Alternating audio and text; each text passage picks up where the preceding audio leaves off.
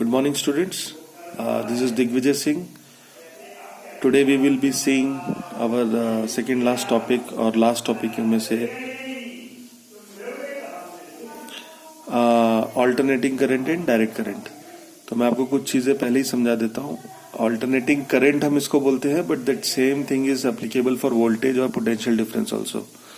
So it could be said as AC current or it could be said as AC voltage. Similarly, DC current और DC voltage. So current हो या voltage दोनों के लिए अब same applicable है. तो मैं आपको AC और DC को थोड़ा सा डिफरेंसेस के रूप में समझाने का ट्राई करता हूँ. So अगर आप डेफिनेशन देखें तो क्या AC होगा? It is a current which changes its direction continuously. ये एक ऐसा डायरेक्शन जैसे अभी हम लोगों ने देखा था, current flowing in both the directions like cyclic oscillates. It oscillates after every time interval. तो अपनी फ्रीक्वेंसी पे वो बार बार ऑसिलेट करती है, उसको हम AC करंट बोलेंगे. So there is a oscillation always, it changes its polarity, बार बार प्लस माइनस. जैसा कि आपने उस दिन जनरेटर में देखा था, एक बार राइट टू लेफ्ट था, दूसरी बार लेफ्ट टू राइट था, फिर नेक्स्ट साइकिल में राइट टू लेफ्ट, फिर नेक्स्ट साइकिल में लेफ्ट टू राइट, फिर से राइट टू लेफ्ट, फिर से लेफ्ट टू राइट, फिर राइट टू लेफ्ट, फिर लेफ्ट टू राइट. तो ये बार बार अपनी पोलैरिटी चेंज करता है, बार बार अपनी करंट फ्लो की डायरेक्शन चेंज करता है. पर डीसी में कैसा रहेगा? It will be always in a same direction, वो अपनी पोलैरिटी चेंज नहीं करेगा. तो ये पहला पॉइंट है, इसको आप डेफिनेशन में लिख दीजिए, टेक्स्ट बुक में दिया हुआ है कि alternating current is the current which changes its polarity और its direction continuously, whereas direct current is the current which doesn't change its polarity or its direction on a continuous basis. It remains in the same direction or it maintains the same polarity. ठीक है. सो पहला हम लोग ये अगर इसको समझने का ट्राई करें तो इसका डेफिनेशन ही हो जाएगी. ठीक है. तो पहला डिफरेंस है इसकी डेफिनेशन कि it changes it polarity, it does not changes it polarity. दूसरा पॉइंट में अगर आपको बोलूं तो मैं आपको सीधा यहाँ पे उसका मेन जो सबसे इंपॉर्टेंट चीज है वो ग्राफ बना के दिखा देता हूँ. यहाँ पे इसका ग्राफ बना के दिखाता हूँ, वाई एक्सिस, टाइम एक्सिस. तो इसके ग्राफ आप दो तरीके से बना सकते हैं. एक डीसी का ग्राफ ऐसा होता है, यहाँ पे अगर मेरा एसी जो भी है, चाहे करंट ले लो चाहे वोल्टेज, मैं यहाँ पे भी करंट लेता हूँ और यहाँ पे टाइम, तो ये मुझे ऐसा दिखेगा. ठीक है, पैरेलल. या फिर एक और तरीका है, ऐसा भी बन सकता है ग्राफ. अगर आप एकदम ही ज्यादा टेक्निकल वे में जाना चाहते हैं तो ये डीसी का ग्राफ ऐसा बनेगा. पर एसी का ग्राफ ऐसा नहीं बनेगा. एसी का ग्राफ हमेशा पहले प्लस, फिर माइनस, फिर प्लस, फिर माइनस, फिर प्लस, फिर माइनस. ये ऐसा बार बार ऊपर नीचे ऊपर नीचे ऊपर नीचे ऊपर नीचे ऊपर नीचे होता रहेगा. तो ये एसी और डीसी की सबसे मेन और इम्पोर्टेंट डिफरेंस यही है. थर्ड पॉइंट आप इसी चीज को वर्ड्स में लिख सकते हैं. ये ऑसिलेट होता है, ये ऑसिलेट नहीं होता, ये पोलैरिटी चेंज करता है, चेंजेस, ये सेम पोलैरिटी रखता है, ये पोलैरिटी चेंज नहीं करता. तो ऐसे हमारे पास 4 पॉइंट हो गए. ठीक है, मैं आपको और डिफरेंसेस बताता हूं. ओके, तो आप पढ़ चुके हैं already frequency, number of cycles और number of waves in 1 second. तो एसी में फ्रीक्वेंसी होती है क्योंकि वो 1 सेकेंड में बार बार ऊपर नीचे करता है. तो हमारे इंडिया में जो हम जनरली करंट यूज करते हैं उसकी फ्रीक्वेंसी है 50 हर्ट्ज. इसका मतलब आप समझिए वो एक साइकिल जो है वो 50 बार आती है 1 सेकेंड में. 50 बार मतलब 50 बार प्लस जाता है, 50 बार नेगेटिव जाता है, 50 बार प्लस, 50 बार नेगेटिव. तो ये बहुत फास्ट है साइकिल. और डीसी की फ्रीक्वेंसी क्या होगी? टेक्निकली 0. कोई फ्रीक्वेंसी ही नहीं होगी क्योंकि वो पोलैरिटी चेंज ही नहीं करता है. तो डीसी की फ्रीक्वेंसी क्या होगी? 0. तो ऐसे आप देखिए, ये पहले के 4 डिफरेंसेस, ये अभी के डिफरेंसेस, ये सारे ऐसे इसके डिफरेंसेस हैं. फिर इसके कुछ यूजेस और इंपॉर्टेंस भी बताए गए हैं, वो उसको भी आप डिफरेंस की तरह ही समझ सकते हैं. एसी जो जनरली है लॉन्ग डिस्टेंस ट्रांसमिशन के लिए यूज होता है.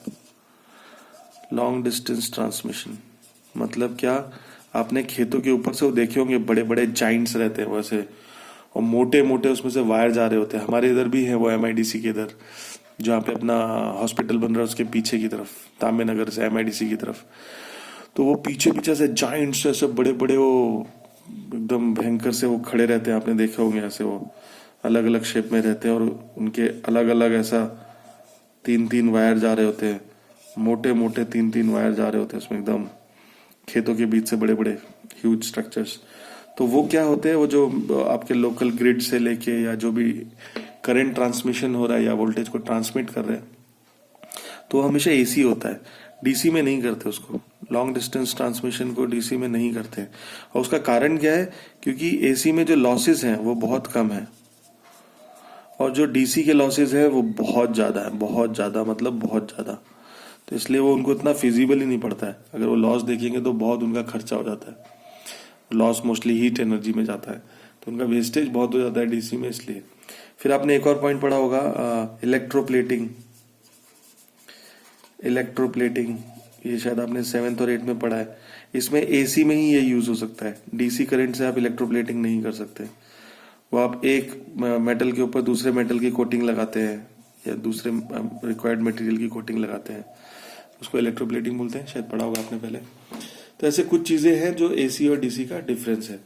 फिर मैं आपको समझाऊंगा कि AC और DC में एक और डिफरेंस है, मुझे नंबर याद नहीं रहा, शायद 8th 9th कुछ नंबर था, तो जो भी नंबर है 9th, इसके सोर्सेज में देखिए। AC का सोर्स कौन है? AC का सोर्स है AC जनरेटर, बराबर है, AC जनरेटर इसका सोर्स है। DC के लिए कौन कौन सोर्स है? DC के लिए सोर्स है हमारे बैटरी, जो हमारी जितनी बैटरियां हैं वो DC की सोर्सेज है, या हमारे जो सेल्स जिनको हम बोलते हैं, ये सब DC के सोर्सेज है। एंड ऑफ कोर्स आपके पास DC जनरेटर भी हो सकता है, और वही हमारा लास्ट टॉपिक है, DC जनरेटर। तो DC जनरेटर भी हो सकता है, यही हमारा लास्ट टॉपिक है कि आपके पास DC जनरेटर हो सकता है या फिर बैटरी या सेल्स। तो ये डायरेक्ट करंट प्रोवाइड करते हैं, ये स्ट्रेट आपको करंट देते हैं। तो ये था AC और DC के बीच में डिफरेंस। मैं फिर से समराइज कर देता हूँ। AC is alternating current, DC is direct current alternating, पहला तो वही लिख लीजिए आप। दूसरा है डायरेक्ट, ये भी एक डिफरेंस है। तो ये डायरेक्ट है, ये ऑल्टरनेटिंग है।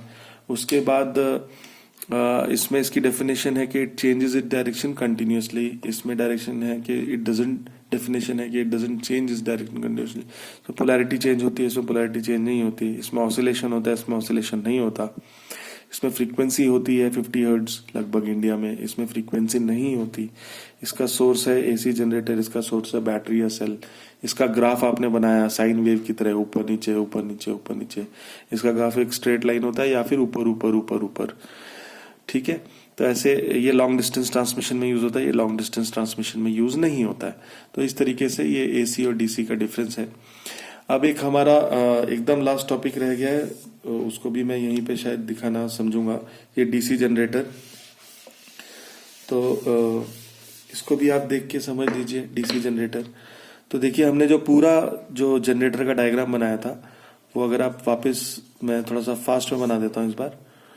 अगर आप वो वापस जनरेटर का डायग्राम बनाएंगे, आपके पास आर्मेचर कॉइल है, 2 वायर्स हैं और मेरे पास 2 रिंग्स हैं, ये इंपॉर्टेंट है ना। तो ये इससे कनेक्टेड है और ये वाली नीचे से आते हुए इससे कनेक्टेड है, और यहाँ पे ब्रशेस हैं और यहाँ गैल्वेनोमीटर है। मैं थोड़ा सा रफ एंड टफ फास्ट वाला डायग्राम बनाए। तो देखिए ये हमारा AC जनरेटर है, क्योंकि ये स्लिप रिंग्स यूज करते हैं, इसकी वजह से बार बार एक बार डायरेक्शन ऐसे आती है, एक बार डायरेक्शन ऐसे आती है, एक बार डायरेक्शन ऐसे जाती है, एक बार फिर वापस डायरेक्शन ऐसे आती है। पर अगर इस स्लिप रिंग्स की जगह मैं वापस वही यूज करूं जो हम लोगों ने AC मोटर में यूज किया था, सॉरी इलेक्ट्रिक मोटर में यूज किया था, क्या था वो? Split rings. अगर आप वापस से स्प्लिट रिंग्स यूज करेंगे, वो 2 आधे आधे टुकड़े,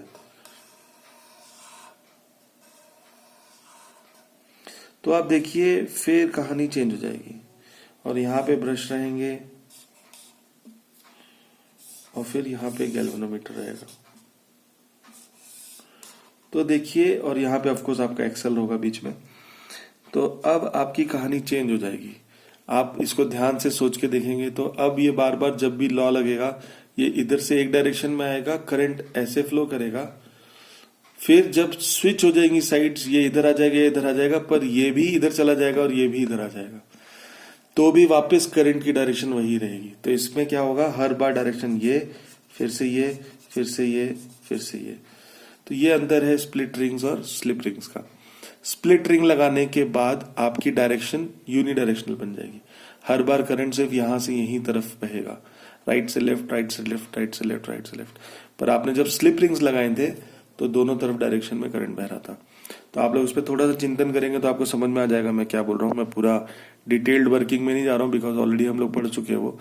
तो अगर आप थोड़ा सा भी सोचेंगे इसमें, क्योंकि इसमें इस डायरेक्शन में राइट हैंड रूल से डायरेक्शन ऑफ करंट ऐसा रहेगा, ये नीचे आएगा, यहां से यहां जाएगा, यहां से यहां जाएगा, यहां से यहां जाएगा, यहां से यहां जाएगा, और यहां से वापस यहां आएगा, बराबर।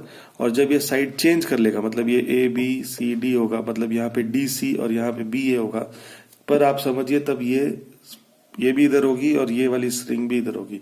ये S1 और S2 जो है ये भी स्विप हो चुके होंगे, ये S2 इधर होगी, S1 इधर होगी, तो वापस वो सेम डायरेक्शन में ही कंटिन्यू रहेगा। तो यही था DC generator. So I think हमारा पूरा ये चैप्टर समाप्त हो चुका है। We are done with it, we are finished with our chapter. तो I think this is the end of the chapter. अगर आपको कोई डाउट है या प्रश्न है तो पूछ सकते हैं। आज के सेशन में हमने एसी डीसी के बीच में डिफरेंस और डीसी जनरेटर देखा। तो डीसी जनरेटर में आपको बुक में नहीं दिया ये, तो इसलिए समझाने का तरीका है। बाकी मैं सब क्लासेस में तो फिर से बताऊंगा ही आपको। ठीक है, थैंक यू वेरी मच, धन्यवाद।